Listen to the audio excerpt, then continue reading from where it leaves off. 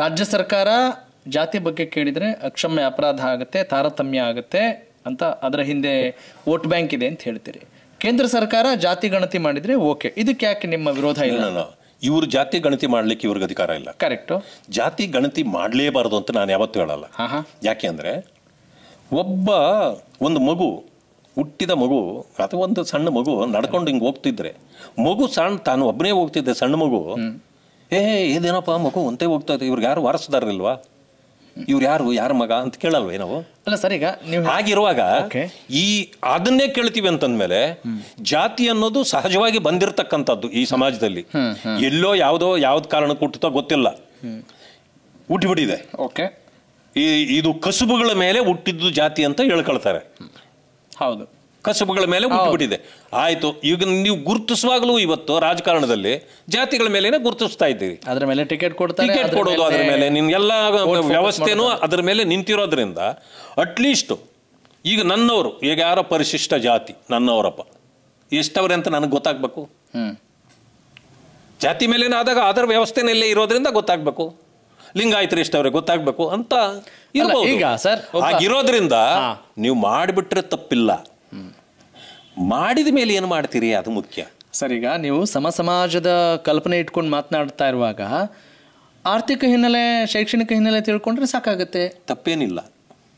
ಯಾಕೆ ಜಾತಿಯ ಪ್ರಶ್ನೆ ಬರುತ್ತೆ? ಈಗ ಜಾತಿಯಿಂದನೇ ನೀವು ಮಾಡಿದ್ರು, ಈಗ ಜಾತಿ ಇರೋದ್ರಿಂದ ಇಲ್ಲಂತಂದ್ರೆ ಒಂದು ತೀರ್ಮಾನಕ್ಕೆ ಬಂದ್ಬಿಡ್ಲಿ, ಜಾತಿ ಇವತ್ತಿಂದ ಈ ದೇಶದಲ್ಲಿ ಜಾತಿ ಇಲ್ಲ ಅಂತ ಹೇಳಕ್ಕಾಗತ್ತಾ? ಮಾಡಕ್ಕಾಗಲ್ಲ. ಯಾರು ತೀರ್ಮಾನಕ್ಕೆ ಯಾರು ಬರ್ಬೇಕು ಸರ್? ಅದು ದೇಶನೇ ಬರಬೇಕು ಅಂದ್ರೆ ಆಗತ್ತಾ? ಆಗಲ್ಲ. ಜಾತಿನ ಬಿಟ್ಕೊಡ್ಲಾರ್ದ ಎಷ್ಟೋ ಜನರವ್ರೆ, ಯಾಕಂದ್ರೆ ಅದೇ ಅವ್ರ ಬಂಡವಾಳನೂ ಇದೆ. ಆದ್ರಿಂದಾಗಿ ರಾಜಕಾರಣಿಗಳಿಗೂ ಅದೇ ಹೇಳೋದು ಅವ್ರಿಗೆ. ಇವತ್ತು ಇನ್ನೊಬ್ಬರ ಬಗ್ಗೆ ಮಾತಾಡೋದು ಏನು ಉಳಿದಿಲ್ಲ, ನಾವು ಬರೀ ರಾಜಕಾರಣಿಗಳಿದೆ ಇರೋದು. ರಾಜಕಾರಣಿಗಳ ಆಟನೇ ದೇಶದಲ್ಲಿ ನಡೀತಾ ಇರೋದು. ಅದರಿಂದ ಹೇಳ್ತೀವಿ, ರಾಜಕಾರಣಿಗಳು ಜನರ ಮೇಲೆ ಆರೋಪ ಮಾಡೋದನ್ನು ಕೇಳ್ತಾ ಇರ್ತೀವಿ ನಾವು. ನೋಡಿ, ರಾಜಕಾರಣಿಗಳು ಎಲ್ಲರ ಮೇಲೂ ಆರೋಪ ಮಾಡ್ತಾರೆ, ಅವ್ರನ್ನ ಬಿಟ್ಕೊಂಡ್ಬಿಡ್ತಾರೆ. ಅವರು ನಾನು ಮಾಡಿದ್ದು ಸರಿ ಇದೆಯಾ ಅಂತ ಅವ್ರು ಯೋಚನೆ ಮಾಡಲ್ಲ, ಎಲ್ಲರ ಮೇಲೂ ಆಪಾದನೆ ಮಾಡ್ತಾರೆ ಅವರು. ಓಕೆ, ಈಗ ಭಾರತೀಯ ಜನತಾ ಪಕ್ಷ ಏನಾದರೂ ಅಧಿಕಾರಕ್ಕೆ ಬಂದರೆ ಏನು ಪರ್ಯಾಯ ವ್ಯವಸ್ಥೆ ಮಾಡುತ್ತೆ? ಅವ್ರಿಗೆ ಏನು ಯೋಜನೆ ಇದೆ ಅಂತ ಇದನ್ನೆಲ್ಲ ಖಂಡಿಸ್ತಾ ಇದೆ. ಈಗ ರಾಷ್ಟ್ರೀಯ ಮಟ್ಟದಲ್ಲಿ ನಾವೇನು ಮಾಡ್ತಾ ಇದ್ದೀವಿ, ಎಲ್ಲ ಸಮುದಾಯದ ಬಡವರನ್ನ ಹುಡುಕ್ತೀವಿ, ಗೌರವಿಸ್ತೀವಿ, ಸವಲತ್ತುಗಳು ಕೊಡ್ತೀವಿ. ಉಜ್ವಲ ಯೋಜನೆ ಜಾತಿ ನೋಡ್ಕೊಟ್ರ? ಜಾತಿನೇ ಇಲ್ಲ. ಎಲ್ಲರಿಗೂ ಗ್ಯಾಸ್ ಕೊಡಿ. ಯಾರ್ಯಾರು ತಗೊಂಡಿದ್ದಾರೆ ಶಕ್ತಿವಂತರು, ಯಾರ್ಯಾರು ಇಲ್ವೋ ಅವ್ರಿಗೆಲ್ಲ ಕೊಡಿ. ಏನಾಯ್ತು ಗೊತ್ತಾ? ಅದರಿಂದ ಆಫ್ಟರ್ ಎಫೆಕ್ಟ್ ಏನಿದೆ ಅಂತ ಯಾರು ಚಿಂತೆ ಮಾಡಿಲ್ಲ. ಇವತ್ತು ಎಲ್ಲಿ ನೋಡಿದ್ರು ಗಿಡ ಮರಗಳು ಬೆಳೆದು ನಿಂತಿವೆ. ಯಾಕೆ ಅಂತ ಗೊತ್ತಾ? ಬಯಲು ಸೀಮೆಗೆ ಹೋದ್ರು ಗಿಡ ಮರಗಳಿವೆ. ಮೊದಲೇನು ಮಾಡ್ತಿದ್ರು? ಅದನ್ನು ಕಡಿದು ತಂದು ಒಲೆಗೆ ಇಟ್ಟು ಇದು ಮಾಡ್ತಿದ್ರು. ನೀವು ಆ ಕಾರಣ ಕೇಳ್ತಾ ಇದ್ರಿ. ಇವತ್ತು ಬೆಳೆದು ನಿಂತಿವೆ, ಯಾರು ಮುಟ್ಟಲ್ಲ. ಒಂದು ಹಳೆ ಮರ ಇದಾಗಿ ಬಿದ್ದೋಗ್ಬಿಟ್ರೆ ಎತ್ಕೊಂಡೋಗಲ್ಲ ಯಾರು. ಒಲೆಯಲ್ಲೇ ಎಲ್ಲ ಬದಲಾವಣೆ ಎಲ್ಲೆಲ್ಲಿಂದ ಎಲ್ಲಿಗೆ ಹೋಗುತ್ತೆ ಎಲ್ಲ ಅನ್ಸಲ್ವಾ ಸರ್? ಈಗ ಎಷ್ಟು ಸುದೀರ್ಘವಾಗಿ NDA ಅಧಿಕಾರದಲ್ಲಿದ್ದಾಗ ಕೇಂದ್ರ ಸರ್ಕಾರದಲ್ಲಿ, ರಾಜ್ಯದಲ್ಲಿ BJP ತನ್ನ ಶಕ್ತಿಯನ್ನು ಬಲವರ್ಧನೆ ಮಾಡ್ಕೊಳ್ಬೋದಾಗಿತ್ತು. ಎಲ್ಲೋ ನಾವು ಫೇಲ್ ಆಗಿಬಿಟ್ವಲ್ಲ ಅಂತ ಪಶ್ಚಾತ್ತಾಪ ಇದೆಯಾ? ಖಂಡಿತ ಇದೆ. ಯಾಕೆ ಅಂತಂದರೆ ನಮ್ಮ ಮೇಲೆ ಬಂದ ಆಪಾದನೆಗಳು ಅದು ಸುಳ್ಳಾಗಿದ್ರೂ ಕೂಡ ಸತ್ಯದಂತೆ ಕಾಣುತ್ತಿದ್ವು. ಯಾರ್ಯಾರು ಬೊಮ್ಮಾಯಿಯವರ ಸರ್ಕಾರದಲ್ಲಿದ್ರೋ ಕೇವಲ ಬೊಮ್ಮಾಯಿಯವರು ಒಬ್ಬರೇ ಉತ್ತರ ಕೊಡಬೇಕಾಗಿತ್ತೇ ಹೊರತು ಎಲ್ಲಕ್ಕೂ ಎಕೋಸಿಸ್ಟಮ್ ವರ್ಕ್ ಮಾಡ್ತಾ ಇರಲಿಲ್ಲ, ಒಗ್ಗಟ್ಟಿರಲಿಲ್ಲ ಅಂತ ಹೇಳ್ತಾರೆ. ಒಗ್ಗಟ್ಟಂದ್ರೆ ಎಕೋಸಿಸ್ಟಮ್ ಇದೆ ಯಾವಾಗಲೂ. Correct, ecosystem is nothing but ನೀವು ಕ್ಯಾಪ್ಟನ್ ಏನಾದರೂ ಹೇಳಿದ್ರೆ ಅದ್ರ ಹಿಂದೆ ಇರೋರೆಲ್ಲ ಅದನ್ನು ಎಕೋ ಮಾಡಬೇಕು. ಮಾಡ್ತಾ ಇರಲಿಲ್ಲ, ಪ್ರತಿಧ್ವನಿಸ್ತಾ ಇರಲಿಲ್ಲ, ಪ್ರತಿಧ್ವನಿ ಇರಲಿಲ್ಲ. ಯಾಕೆ ಅಂತಂದ್ರೆ ಆ ರೀತಿಯ ಇದಿತ್ತು. ಯಾಕೆಂದ್ರೆ ಕೆಲವರು ಬೇರೆ ಪಾರ್ಟಿಯಿಂದ ಬಂದಿದ್ರು, ಅವ್ರಿಗೆ ಪಾರ್ಟಿ ಕಮಿಟ್ಮೆಂಟ್ಗಳು ಕಡಿಮೆ ಇತ್ತು. ಸೊ ಹಿಂಗೆ, ಯಾಕಂದ್ರೆ ಅಲ್ಲಿ ಸವಾಲುಗಳಿದ್ವು. ಎಲ್ಲದಕ್ಕಿಂತ ಮಿಗಿಲಾಗಿ ಚುನಾವಣೆ ಹತ್ರ ಬಂದಾಗ ಒಂದು ಸುಳ್ಳನ್ನ ಹರಿಬಿಟ್ಬಿಟ್ರೆ ನೀವು ಅದಕ್ಕೆ ಉತ್ತರ ಕೊಡೋಷ್ಟಕ್ಕೆ ಚುನಾವಣೆ ಮುಗ್ದೋಗಿರುತ್ತೆ. 40% ಅಂದಾಗ ಹೆಂಗಿದನ್ನ ಇದು ಮಾಡೋದು? ಇವತ್ತು 80% ಅಂತ ಅವ್ರೆ. ಯಾರು ನಾವ್ ಹೇಳ್ತಿಲ್ಲ, ಪತ್ರ ಬರೀತಾವ್ರೆ ಕಾಂಟ್ರಾಕ್ಟ್ ಅಸೋಸಿಯೇಷನ್ ಅವ್ರು. ಏನ್ ಸರ್ ಇದು ಡಬಲ್ ಆಗಿ ಹೋಗ್ಬಿಟ್ಟಿದೆ ಅಂತ.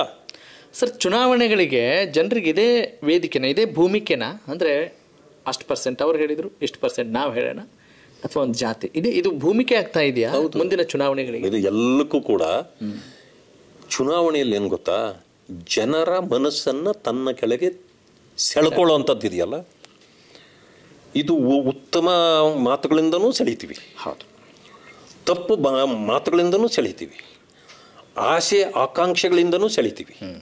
ಇವೆಲ್ಲವೂ ಕೂಡ ತಂತ್ರಗಾರಿಕೆಗಳು. ಚುನಾವಣೆ ಬಂದಾಗ ನೀವು ಸತ್ಯನೇ ಮಾತಾಡಿದರೆ ನಿಮ್ಗೆ ಅಟ್ರಾಕ್ಟ್ ಆಗೋರೇ ಭಾಳ ಕಡಿಮೆ.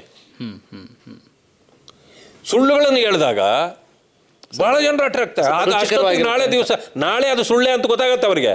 ಅಷ್ಟೊತ್ತಿಗೆ ನೀವು ಆ ಗುರಿ ಮುಟ್ಟಿ ಆಗಿ ಹೋಗಿರ್ತದೆ. ಕಾಂಗ್ರೆಸ್ ಈಗ ಹಂಗೇನೆ ಮಾಡಿದ್ದು ಮುಟ್ಟಿ ಬಿಡ್ತದು. ಈಗ ನಾನು ಗ್ಯಾರಂಟಿಗಳು ಕೊಟ್ಟಿದ್ದು ತಪ್ಪು ಅನ್ನಲ್ಲ, ಇವಾಗ ಅನ್ನೋ ಸ್ಥಿತಿಯಲ್ಲಿ ಇಲ್ಲ ಯಾರು. ಯಾಕೆ ಹೇಳಿ? ಗೊತ್ತಿಲ್ಲ. ಅವ್ರು ಗ್ಯಾರಂಟಿಗಳು ಕೊಟ್ಟರು, ತಪ್ಪು ಮಾಡಿದ್ರು ಅಂತ ನಾನು ಇಟ್ಕೊಳ್ಳಿ, ಜನ ವೋಟ್ ಹಾಕಿದ್ರು. ತಪ್ಪೇ ಮಾಡಿರ್ಬೋದು ಅವರು, ಜನ ವೋಟ್ ಹಾಕಿದ್ರು. ಈಗ ನೆಕ್ಸ್ಟ್ ಏನು ಮಾಡಬೇಕು? ಬೇರೆ ಪಕ್ಷ ಅಧಿಕಾರಕ್ಕೆ ಬರ್ಬೇಕಂದ್ರೆ ಅವ್ರಿಗಿಂತ ಸ್ವಲ್ಪ ಜಾಸ್ತಿ ಕೊಡ್ಬೇಕಾಗ್ತದೆ. ಅಂದ್ರೆ ಈಗ ಅದು ವಾಸ್ತವ ಹತ್ರ ಇದೆಯೋ ಇಲ್ವೋ ಅಲ್ಲ, ಅದು ಬೇರೆನೇ ವಿಷಯ. ಜನ ಅದಕ್ಕೆ ಒಗ್ಗಿದ್ದಾರೆ. ಈಗ ಏನು ಮಾಡಬೇಕು?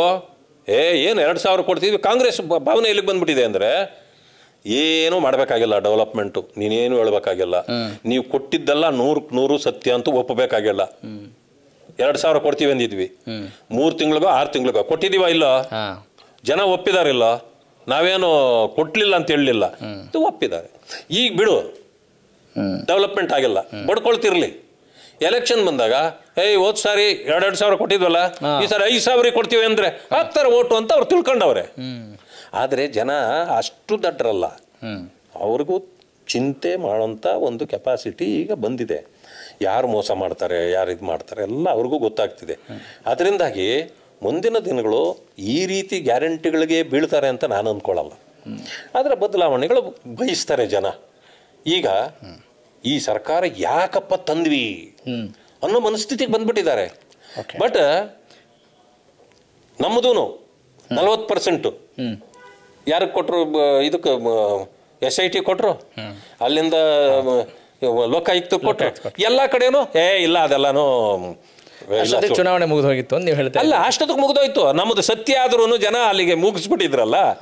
ಈಗ ಅವ್ರಿಗೆ ಅರ್ಥ ಆಗಿದೆ ಸುಳ್ಳು ಹೇಳಿದ್ರು ಕಾಂಗ್ರೆಸ್ ಅಂತ. ಈಗ ಮುಂದಿನ ಸಾರಿ ಇಲ್ಲಪ್ಪ ಕಾಂಗ್ರೆಸ್ಗೆ ನಾವು ತರಲ್ಲ, BJPಗೆ ತರ್ತೀವಿ ಅಂತ ಬರ್ತಾರೆ. ಈಗ ಮುಂದಿನ ಸಾರಿ ಇವಾಗ ಅವ್ರಿಗೂ ಗೊತ್ತಾಗೋಗಿದೆ. ಕರೆಕ್ಟ್. ಈಗ ನೀವು ವಿರೋಧ ಪಕ್ಷದಲ್ಲಿ ಇದ್ದೀರಿ, JDS ಕೂಡ ನಿಮ್ಮ ಜೊತೆಗಿದೆ.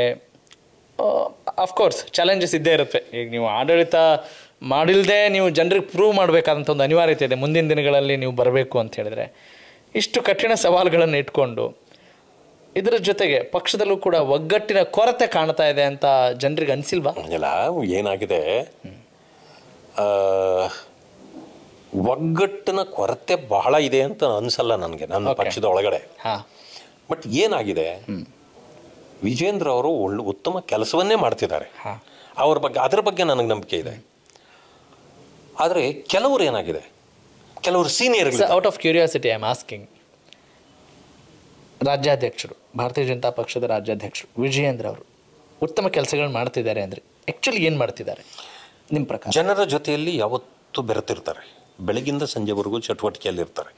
ಅದೇನೇ ಮಾಡಬೇಕಾಗಿತ್ತು. ಹೌದು. ಯಾಕೆಂದರೆ ಸಂಘಟನೆ ಅನ್ನೋದು ಅಷ್ಟೇನೆ. ಹೌದು. ನೀವು ಅಧಿಕಾರ ಇದ್ದಾಗ ಅದು ಬೇರೆ ಸಂಘಟನೆ ಇದು ಒತ್ತು ಕೊಡಬೇಕು. ಎಲ್ಲಿ ನೋಡಿ ನೀವು, ನಾವು ಓಡಾಡ್ತಾರೆ, ನಾವು ಓಡಾಡ್ತೀವಿ, ಅವರು ಓಡಾಡ್ತಾರೆ, ನಮ್ಮ ನಾಯಕರು ಎಲ್ಲರೂ ಓಡಾಡ್ತಾರೆ. ಆದರೆ ಕೆಲವರಲ್ಲಿ ಸ್ವಲ್ಪ ಒಳಮನಸ್ಸು, ಸ್ವಲ್ಪ ಅಕ್ಸೆಪ್ಟಬಿಲಿಟಿ ಕಡಿಮೆ ಆಗಿದೆ. ಯಾಕೆ? ಅವ್ರು ಇನ್ನೂ ಚಿಕ್ಕವರಿದ್ರು, ಯಾರಾದರೂ ಸೀನಿಯರ್ ಇನ್ನೊಬ್ಬ ಬೇರೆಯವರು ಕೊಡ್ಬೋದಾಗಿತ್ತು. ಅವ್ರ ತಂದೆಯವರು ಏನೋ ನಮಗೆ ಭಾಳ ಹಿರಿಯರು, ನಮಗೆ ಗೌರವ ಇತ್ತು. ಸಡನ್ ಆಗಿ ಮಗನನ್ನು ತಂದುಬಿಟ್ಟವ್ರೆ. ಇಷ್ಟು ವರ್ಷ ನಾವಿದ್ದೇನ್ರಿ, ಅವ್ರ ಅಪ್ಪನ್ನ ನಾವು ಒಪ್ಪಿದ್ವಿ ನಿಜ, ಮಗನನ್ನು ಹಂಗೆ ನಾವು ಒಪ್ಪಿದ್ರೆ ನಾವೆಲ್ಲ ಏನು ಮಾಡಬೇಕು? ಈ ರೀತಿ ಅದೊಂದು ರೀತಿಯ ಪರ್ಸನಾಲಿಟಿ ವಿಷಯ ಒಳಗಡೆ ಇದೆ ಹೊರತು ಇದನ್ನು ನಮ್ಗೆ ದೊಡ್ಡದಾಗಿ ಆಗೋದಿಲ್ಲ. ಯಡಿಯೂರಪ್ಪನವರು ಅಥವಾ ಜೋಶಿಯವರು, ಅಶೋಕ್ ಅವರು, ಸೊ ನಾವೆಲ್ಲ ಕೂತ್ಕೊಂಡು ಅದನ್ನು ತೀರ್ಮಾನ ಮಾಡ್ತೀವಿ. ಇನ್ನೂ ಸದಾನಂದ ಗೌಡ್ರು ಇರ್ತಾರೆ, ಸೊ ಹೈಕಮಾಂಡ್ ಇದೆ, ಇವರೆಲ್ಲ ಕೂತ್ಕೊಂಡು ಸೊ ಒಂದು ಹಂತಕ್ಕೆ ತಂದ್ರೆ ಅದೆಲ್ಲ ಎಲೆಕ್ಷನ್ವರೆಗೂ ಹಿಂಗೆ ನಡೀತದೆ. ಆಮೇಲೆ ಒಗ್ಗಟ್ಟು ಬಂದೇ ಬರ್ತದೆ. ಯಾಕೆ ಅಂತಂದ್ರೆ ಯಾರು ಸನ್ಯಾಸಿಗಳಲ್ವಲ್ಲ, ಅಧಿಕಾರಕ್ಕೆ ಬರಬೇಕಲ್ಲ ಅಂತ ತೀರ್ಮಾನ ಮಾಡ್ತಾರೆ. ಆಮೇಲೆ ಅದು ಏನೂ ಆಗೋದಿಲ್ಲ. ಅಲ್ಲ, ಈಗ ನೀವು ಆಡಳಿತ ಪಕ್ಷದ ವಿರುದ್ಧ ಯುದ್ಧ ಮಾಡಬೇಕು, ಆದ್ರೆ ನಿಮ್ಮ ಪಕ್ಷದಲ್ಲಿ ಯುದ್ಧ ಆಗಬಾರ್ದಲ್ವೇ? ಇಲ್ಲ, ನಮ್ಮಲ್ಲಿ ಯುದ್ಧಕ್ಕೆ ನಮ್ಮಲ್ಲಿ ಏನು ರೆಡಿ ಇಲ್ಲ. ಸಣ್ಣ ಪುಟ್ಟ ಭಿನ್ನಾಭಿಪ್ರಾಯಗಳು ಅಲ್ಲೆಲ್ಲೇ ತೀರ್ಮಾನ ಆಗ್ಬಿಡ್ತದೆ ಸಂದರ್ಭ ಬಂದಾಗ. ಅವೆಲ್ಲ ಮರ್ತೇ ಹೋಗ್ಬಿಡ್ತದೆ, ಆ ಕಾಲಕ್ಕೆ ಮರ್ತೇ ಹೋಗ್ಬಿಡ್ತದೆ. ಬಟ್ ಬಿರುಕು ಇರೋದು ಕಾಂಗ್ರೆಸ್ ಅಲ್ಲಿ ಬೇಕಾದಷ್ಟು ಬಿರುಕಿದೆ. ನೀವೇ ಹೇಳ್ತಿದ್ದೀರಪ್ಪ ಹಾಗೆ. ಅಧಿಕಾರ ಇರೋದ್ರಿಂದ ನಿಮ್ಗೆ ಹಂಗೆ ಕಾಣುತ್ತೆ, ಅಧಿಕಾರ ಇದೆ ಅನ್ನೋ ಕಾರಣಕ್ಕೆ ಹಂಗೆ ಕಾಣ್ತಾ ಇದೆ. ಸರ್, ಯಾವ ಕಾರಣಕ್ಕೆ ಬಿರುಕಿದೆ ಅಂತೀರಿ ಕಾಂಗ್ರೆಸ್ ಅಲ್ಲಿ? ಈಗ ನೋಡಿ, ನಾನು ಮುಖ್ಯಮಂತ್ರಿ ಆಗ್ಬೇಕು ಅಂತ ಹೇಳ್ಬಿಟ್ಟು ಡಿ ಕೆ ಶಿವಕುಮಾರ್ ಅವ್ರು ಕೇಳ್ತಿಲ್ವೇ? ಎಲ್ಲಿ ಕೇಳ್ತಿದ್ದಾರೆ ಸರ್? ಎಲ್ಲಿ ಕೇಳ್ತಿದ್ದಾರೆ ಸರ್? ಅವರ ಈಗ ಅದು ಮುಖ್ಯಮಂತ್ರಿಗಳು ಸಿದ್ದರಾಮಯ್ಯನವರು ಇದ್ದಾರೆ. ಆಯ್ತು, ಇದನ್ನೆಲ್ಲ ಯಾರು ಹೇಳ್ತಾರೆ? ಆಗಿದ್ದ ಮೇಲೆ ನಾನೇ ಮುಖ್ಯಮಂತ್ರಿ ಇನ್ನೂ 2.5 ವರ್ಷ ಅಂತ ಯಾಕೆ ಹೇಳ್ತಾರೆ ಅವರು? ಯಾರು? ಸಿದ್ದರಾಮಯ್ಯನವರು ಹೇಳಿ ಬಿಡಿ ಸರ್. ಅಲ್ಲ, ಯಾಕೆ ಹೇಳ್ಬೇಕು? ಅಲ್ಲ, ಒಂದು ಪಕ್ಷದ ನಿಮ್ಮನ್ನ ಬಿಟ್ಟೋಗಿ ಅಂತ ಯಾರು ಹೇಳಿದ್ರು? ಹಾಗಾದ್ರೆ ಓಕೆ, ಆ ಮಾತು ಬರ್ಬೇಕಾದ್ರೆ ಯಾರೋ ಹೇಳ್ತಿರ್ಬೇಕಲ್ಲ ಬಿಟ್ಟೋಗಿ. ಅಲ್ಲಿ ಒಂದು ಕ್ರೈಸಿಸ್ ಇದೆ ಅಂತ ನೀವು ಹೇಳ್ತಾ ಡಜನ್ ಇದ್ದಾರೆ. ನಾನು ಆಗ್ಬೇಕು ಒಂದು ಡಜನ್ ಇದ್ದಾರೆ. ಆದ್ರಿಂದಲೇ ಇದೆಲ್ಲ ನಡೆದಿರ್ತಕ್ಕಂಥದ್ದು. ಅದಕ್ಕೆ ಯಾವಾಗ ವಿಷಯ ಬರುತ್ತೋ ಆವಾಗ ಇವರು ನಾನೇ ಇರೋದು ಅಂತ. ಆಮೇಲೆ ಈ ಮೊದಲು ಒಂದು ಜನ 5 ವರ್ಷಗಳಿಗೆ ಒಮ್ಮೆ ವೋಟ್ ಹಾಕ್ತಾರೆ, ಕರೆಕ್ಟ್? ಒಬ್ಬರು ಮುಖ್ಯಮಂತ್ರಿಯಾಗಿ ಆಯ್ಕೆ ಆಗ್ತಾರೆ ಶಾಸಕರ ಬೆಂಬಲದಿಂದ, ಹೈಕಮಾಂಡ್ನ ಒಂದು ನಿರ್ಧಾರದಿಂದ. ಹೀಗಿರುವಾಗ ಮುಖ್ಯಮಂತ್ರಿ ಯಾಕೆ ನೀವು ಬದಲಾವಣೆಯನ್ನು ಯಾಕೆ ನಾವು ಬಯಸಬೇಕು, ಅಥವಾ ಯಾಕೆ ಆ ವಿಚಾರ ಬರಬೇಕು? ಶಾಸಕ ಅವ್ರ ಒಳಗೆ ಏನಾದರೂ ಇರ್ಬೋದು, ಆದರೆ ಶಾಸಕ ಆಗೋದು 5 ವರ್ಷಕ್ಕೆ. ಹೌದು, ಅದನ್ನ ಯಾರು ನೀವು ಬದಲಾಯಿಸಿ ಅಂತ ಹೇಳಲ್ಲ. ಕರೆಕ್ಟ್. ಮಂತ್ರಿ ಆಗಬೇಕು ಅಂತ ಪ್ರತಿಯೊಬ್ಬರಿಗೂ ಆಸೆ ಇರ್ತದಲ್ಲ. ಓಕೆ, ಮಂತ್ರಿ ಆಗಬೇಕು, ಮುಖ್ಯಮಂತ್ರಿ ಆಗಬೇಕು, ಸರ್ವರ ಆಸೆ. ಈಗ ದಲಿತರಿಗೆ 65-70 ವರ್ಷಗಳಿಂದನೂ ಕಾಂಗ್ರೆಸ್ ಮೋಸ ಮಾಡ್ತಾನೆ ಇದೆ ಅಂತ ಹೇಳ್ತಾನೆ ಇದ್ದಾರೆ. ಇದುವರೆಗೂ ಕೊಡೋಕ್ಕಾಗಿಲ್ಲ. ಅದೇ 2%, 3%. ಈಗ ಧರ್ಮ್ ಸಿಂಗ್ ಅವರು ದೊಡ್ಡ ಲೀಡರು, ನಾವು ಗೌರವಿಸ್ತೀವಿ. ಅವರು ಮುಖ್ಯಮಂತ್ರಿ ಆದರು, ನಮಗೇನು ಹೊಟ್ಟೆ ಉರಿ ಇಲ್ಲ. ಮೊಯ್ಲಿ ಅವರು 1-2% ಅವರು ಆದರು. ಇಂಥವರೆಲ್ಲ ಆದಾಗ ನೀವು ಹೇಳ್ತೀರಿ ನಂಬರ್ 1 ದಲಿತರು ಕರ್ನಾಟಕದಲ್ಲಿ ಅಂತ ನೀವೇ ಅನೌನ್ಸ್ ಮಾಡ್ತೀರಲ್ಲ, ಅಂಥವ್ರನ್ನ ಏನ್ ಮಾಡಿದ್ದೀರಿ? ಏನ್ ಮುಖ್ಯಮಂತ್ರಿ? ಅದಕ್ಕೆ ತಾನೇ ಅಂಬೇಡ್ಕರ್ ಅವ್ರು ಹೇಳಿದ್ದು ಸರಿ ಆಯ್ತಲ್ಲ, ಅಲ್ಲಿಗೆ ಸುಡುವ ಮನೆ. ನಿಮಗಿಲ್ಲಿ ಭವಿಷ್ಯ ಇಲ್ಲ. ಯಾವ್ದ್ರಲ್ಲಿ ಏನು ಪುಸ್ತಕದಲ್ಲಿ ಇದೆಯಾ? ಪುಸ್ತಕದಲ್ಲಿ ಇದೆ, ಹೇಳಿದ್ದಾರೆ ಅವ್ರು. ಅದು ಎಲ್ಲರಿಗೂ, ಕಾಂಗ್ರೆಸ್ಗೂ ಗೊತ್ತಿದೆ, ಎಲ್ರಿಗೂ ಗೊತ್ತಿದೆ, ಪುಸ್ತಕಗಳಲ್ಲೂ ಇದೆ. ಅವರ ಬರಹಗಳು ಇದೆಯಲ್ಲ, ಪುಸ್ತಕ ಅದರಲ್ಲಿದೆ. ಓಕೆ ಸರ್, ಈಗ ಮುಖ್ಯಮಂತ್ರಿಗಳು ಒಬ್ಬರಾಗ್ತಾರೋ ಇಬ್ಬರಾಗ್ತಾರೋ, ಭಾರತೀಯ ಜನತಾ ಪಕ್ಷದಲ್ಲಿ 3 ಒಂದೇ ಅಧಿಕಾರದ ಅವಧಿಯಲ್ಲಿ ಆಗ್ಲಿಲ್ವೇ? ಅಲ್ಲ, ಎಲ್ಲಾ ಪಕ್ಷದಲ್ಲೂ ಸಂದರ್ಭ ಬಂದಾಗ ಆಗ್ತಾರೆ. ಯಾಕೆ ಮೊದಲು ಇದಿದ್ದಾಗಲೂ ಆಗ್ಲಿಲ್ವಾ? ವೀರೇಂದ್ರ ಪಾಟೀಲ್ ಆದ್ರು, ಬಂಗಾರಪ್ಪ ಆದ್ರು, ಅದಾದ್ಮೇಲೆ ಮೊಯ್ಲಿ ಅವ್ರು ಆಗ್ಲಿಲ್ವೇ? ಅಲ್ಲೂ 3 ಜನ ಆದ್ರು. ಯಡಿಯೂರಪ್ಪ ಅವರು, ಜಗದೀಶ್ ಶೆಟ್ಟರು, ಡೆಪ್ಯೂಟಿ CM ಅನ್ನೋದು ಕರ್ನಾಟಕದಲ್ಲಿ ಉದ್ಭವ ಆಗಿದ್ದೇ SM ಕೃಷ್ಣ ಅವ್ರನ್ನ ಅಕಾಮಡೇಟ್ ಮಾಡಕ್ಕೆ. ಅದಾದ ಮೇಲೇನೆ ಮಾನ್ಯ ಸಿದ್ದರಾಮಯ್ಯನವರು 2 ಸಾರಿ ಆಗ್ಲಿಕ್ಕೆ ಅವಕಾಶ ಆಯಿತು. ಹಂಗಿದ್ದಾಗಲೂ ಕೂಡ ಇವರು ಜನತಾ ದಳದಿಂದ ಕಾಂಗ್ರೆಸ್ಗೆ ಬರ್ತಾರೆ. ಅದೇ ಜನತಾ ದಳದಿಂದ ಬಂದವ್ರನ್ನ ನೀವು ಮುಖ್ಯಮಂತ್ರಿ ಮಾಡ್ತೀರಿ. ಅದೇ ಕಾಂಗ್ರೆಸ್ನಲ್ಲೇ ಇದ್ದ ದಲಿತರೊಬ್ಬರನ್ನ ಮಾಡಕ್ಕೆ ನಿಮಗೆ ಆಗಲೇ ಇಲ್ವಲ್ಲ? ಇದಲ್ವಾ ಮೋಸ, ಇದಲ್ವಾ ವಂಚನೆ? ಅದಕ್ಕೆ ಕೇಳ್ತಾರೆ ಜನ. ಅದರಲ್ಲಿ ತಪ್ಪೇನಿದೆ? ನಿಮ್ಗೆ ಒಳ್ಳೆ ಅಸ್ತ್ರ ಇದು ಅಂತೀರಿ ಬಿಜೆಪಿಗೆ? ಅಸ್ತ್ರದ ಪ್ರಶ್ನೆ ಅಲ್ಲ ಸರ್. ಈಗ ಸಾಮಾಜಿಕ ನ್ಯಾಯ ಮಾತಾಡುವಂತ ಪಕ್ಷ ಇಲ್ಲಿ ಸಾಮಾಜಿಕ ನ್ಯಾಯ ಕೊಟ್ಟಿದೆ ಅನ್ನೋದು ನನ್ನ ಪ್ರಶ್ನೆ. ಓಕೆ, ನೀವು ಅಧಿಕಾರಕ್ಕೆ ಬಂದ್ರೆ ರಾಜ್ಯದಲ್ಲಿ ಇಂಥದ್ದೆಲ್ಲ ನಾವು ಈಸಿಯಾಗಿ ನಿವಾರಣೆ ಮಾಡ್ತೀರಿ ಅಂತ ನೀವು ಹೇಳ್ತಾ ಇದ್ರಿ. ಖಂಡಿತವಾಗ್ಲೂ ಸಮಾಜದ ಬಗ್ಗೆ ನಾವು ಗಮನ ಹಾಕ್ತೀವಿ ಅಂತ ನೀವು ಹೇಳ್ತೀವಿ. ನಾವು ಸಾಮಾಜಿಕ ನ್ಯಾಯ ಅಂತ ಅವ್ರು ಹೇಳ್ಕೊಂತಾರೆ, ನೀವು ತೋರಿಸ್ತೀರಿ, ನಾವು ಕೊಡ್ತಾ ಇದ್ದೀವಿ. 75 ವರ್ಷ ಆಯ್ತು ಒಬ್ಬರನ್ನ ಡೆಪ್ಯೂಟಿ CM ಮಾಡ್ಲಿಕ್ಕೆ ಕಾಂಗ್ರೆಸ್ ಅಲ್ಲಿ. ಅದೂ ಅವಕಾಶನೇ ಇರಲಿಲ್ಲ ದಲಿತರನ್ನ ಮಾಡುವಂಥದ್ದು. ಕುಮಾರಸ್ವಾಮಿ ಮುಖ್ಯಮಂತ್ರಿ ಆಗಿದ್ದರಿಂದ ಇವ್ರಿಗೆ ಪರಮೇಶ್ ಜೆ ಅವ್ರಿಗೆ ಅವಕಾಶ ಸಿಕ್ಕೋಯ್ತು. ಇಲ್ಲಾಂದ್ರೆ ಅದು ಆಗ್ತಿರ್ಲಿಲ್ಲ. ಅಂದ್ರೆ ನಮ್ಮಲ್ಲಿ ಹೋರಾಟ ಇಲ್ಲ, ಚೀರಾಟ ಇಲ್ಲ, ಕೇಳಿಲ್ಲ. ಕಾರಜೋಳ ಅವ್ರನ್ನ ನಾವು 2ನೇ ಅವಧಿಗೆ ಮಾಡಿರ್ತೀವಿ ಅಲ್ಲ. ಅಂದ್ರೆ ಅದ್ಭುತಗಳನ್ನ ಮಾಡುವಂಥದ್ದು ಅದು ಭಾರತೀಯ ಜನತಾ ಪಕ್ಷದಲ್ಲಿ ಮಾತ್ರ ಸಾಧ್ಯವೇ ಹೊರತು ಕಾಂಗ್ರೆಸ್ ಅಲ್ಲಲ್ಲ. JDS ನಿಮ್ಮ ಜೊತೆಗೆ ಸೇರಿ BJP ತುಂಬಾ ಬಲವರ್ಧನೆ ಆಯಿತು ಅನ್ನೋ ಫೀಲಿಂಗ್ ಇದೆಯಾ? ಗಿವ್ ಅಂಡ್ ಟೇಕ್ ಆಗಿದೆ ಅನ್ಕೊಳ್ಳೋಣ. ಅವ್ರಿಗೂ ಉಪಯೋಗ ಆಗ್ತಾ ನಮಗೂ ಉಪಯೋಗ ಆಗ್ತಾ ನೋಡಬಾರ್ದು. ಇಟ್ ಈಸ್ ಅಕ್ಸೆಪ್ಟೆಡ್ ಅಗ್ರಿಮೆಂಟ್ ಇದು. ಅದರಲ್ಲಿ ಯಾರಿಗೆ ಅನ್ಯಾಯ ಆದರೂ ಅನ್ಯಾಯ ಅನ್ನಂಗಿಲ್ಲ, ಬಹಳ ಒಳ್ಳೇದಾಗಿದೆ ಒಳ್ಳೆಯದು ಅನ್ನಂಗಿಲ್ಲ. ಸರ್, ಉಪಯೋಗ ಇಲ್ಲದೆ ಯಾವುದಾದ್ರೂ ರಾಜಕಾರಣಿ ಅಥವಾ ರಾಜಕೀಯ ಪಕ್ಷಗಳು ಹೊಂದಾಣಿಕೆ ಮಾಡ್ಕೊಳ್ಳುತ್ತವಾ ಸರ್? ಇಲ್ಲ, ಹೊಂದಾಣಿಕೆ ಅಂದ್ರೆ ಏನು? ಅಡ್ಜಸ್ಟ್ಮೆಂಟು ಅಂದ್ರೆ ಅಲ್ಲ ಹೊಂದಾಣಿಕೆ ಅನ್ನೋದೇನೆ ನಿಮ್ಮ ಹತ್ರ ಇರೋದು ನನಗೆ ಬೇಕು. ಹೊಂದಾಣಿಕೆ ಅನ್ನೋದೇನೆ ಪರಸ್ಪರರಿಗೆ ಆಗ್ಬೇಕು ಅನ್ನೋದೇ. ಅದರಿಂದಾಗಿ ಅದನ್ನ ದೊಡ್ಡದಾಗಿ ಹೇಳ್ಕೊಳ್ಳೋಂಥದ್ದು ಏನಿಲ್ಲ. ಈಗಲೂ ಕೂಡ ನಾವು NDA ಆಗಿ ಕೆಲಸ ಮಾಡ್ತಿದ್ದೀವಿ, ಮುಂದುವರಿತೀವಿ. ಅಲ್ಲ ಅಂದ್ರೆ ಸೈದ್ಧಾಂತಿಕ ವೈರುಧ್ಯಗಳಿದ್ರೂ ಕೂಡ ಕೈ ಜೋಡಿಸ್ಕೊಂಡು ಹೋಗ್ತಾ ಇದೆ ಬಿಜೆಪಿ. ಸೈದ್ಧಾಂತಿಕ ವೈರುಧ್ಯಗಳು ಏನು ಸರ್? ಬಿಜೆಪಿ ತತ್ವ ಸಿದ್ಧಾಂತ ಏನು ಸರ್? JDS ತತ್ವ ಸಿದ್ಧಾಂತ ಏನು? ಹೇಗೆ ನೀವು ಇದನ್ನ ಸಮರ್ಥಿಸಿಕೊಳ್ತೀರಿ? ಜನತಾ ಪರಿವಾರ ಅಥವಾ BJP ಪರಿವಾರ ಹುಟ್ಟು ಎಲ್ಲಿಂದು? 77ರಲ್ಲಿ ಎಲ್ಲರೂ ಒಟ್ಟಿಗೆ ಇದ್ದವರು, ಒಂದೇ ಪಾರ್ಟಿ. No even ಜನಸಂಘ್